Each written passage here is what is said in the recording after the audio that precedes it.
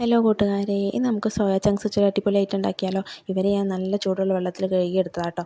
എന്നിട്ട് കുറച്ച് മഞ്ഞൾപ്പൊടി, ഉപ്പും മുളക് പൊടിയും ചേർത്തിട്ട് കൂട്ടി വെച്ചതാണ്. കുറച്ച് പെരിഞ്ചീരകം ചേർത്തിട്ടുണ്ട്. എന്നിട്ട് ഇവരെ റെസ്റ്റ് ചെയ്യാൻ വെച്ചതിന് ശേഷം കുറച്ച് കഴിഞ്ഞിട്ട് ഞാൻ നല്ല ചീനച്ചട്ടിയിലിട്ടിട്ട് മുരിച്ച് വറക്കാൻ വേണ്ടിയിട്ട് വെച്ചിട്ടുണ്ട്. അതിന് ശേഷം ഒരു ചീനച്ചട്ടിയിൽ വെല്ലുള്ളിയും വേപ്പിൻ്റെയും പച്ചമുളകും കൂടി വാട്ടാൻ വെച്ചു. അതിലേക്ക് ഇഞ്ചിയും വെളുത്തുള്ളിയും കൂടി ഇട്ട് കൊടുത്തു. എന്നതിന് ശേഷം 1/4 ടീസ്പൂൺ മഞ്ഞൾപ്പൊടിയും 1/2 ടീസ്പൂൺ മുളക് പൊടിയും മല്ലിപ്പൊടിയും ഉപ്പും പിന്നെ ഒരു 3/4 ടീസ്പൂൺ കുരുമുളക് പൊടിയും ചേർത്ത് നന്നായി വഴറ്റി ആ മസാല മൂത്ത് വന്നാൽ ലേശം തക്കാളിയും കൂടി ചേർത്ത് നന്നായി വഴറ്റുക. അത് വഴറ്റി ആവശ്യത്തിന് ഗരം മസാലപ്പൊടിയും കൂടി ഇടണേ. എന്നിട്ട് നമ്മൾ സെറ്റാക്കി വെച്ചിട്ടുള്ള സോയാബീൻ വറുത്തതില്ലേ അതിലേക്ക് ഇതിനെ നമുക്ക് മാറ്റി കൊടുക്കാം. അതിലേക്ക് ഇട്ടതിന് ശേഷം നമ്മൾ ആവശ്യത്തിന് ടൊമാറ്റോ സോസ് അതും കൂടി ഒഴിച്ച് കൊടുത്തിട്ട് നമ്മളെ ടേസ്റ്റിന് വേണം കേട്ടോ ചേർത്താൻ.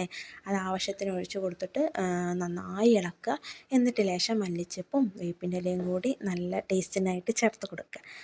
നമ്മുടെ ഈ സിമ്പിൾ റെസിപ്പി ഒന്ന് ഉണ്ടാക്കി നോക്കിയിട്ട് എല്ലാവരും ഒന്ന് കമൻറ്റ് അയക്കണേ.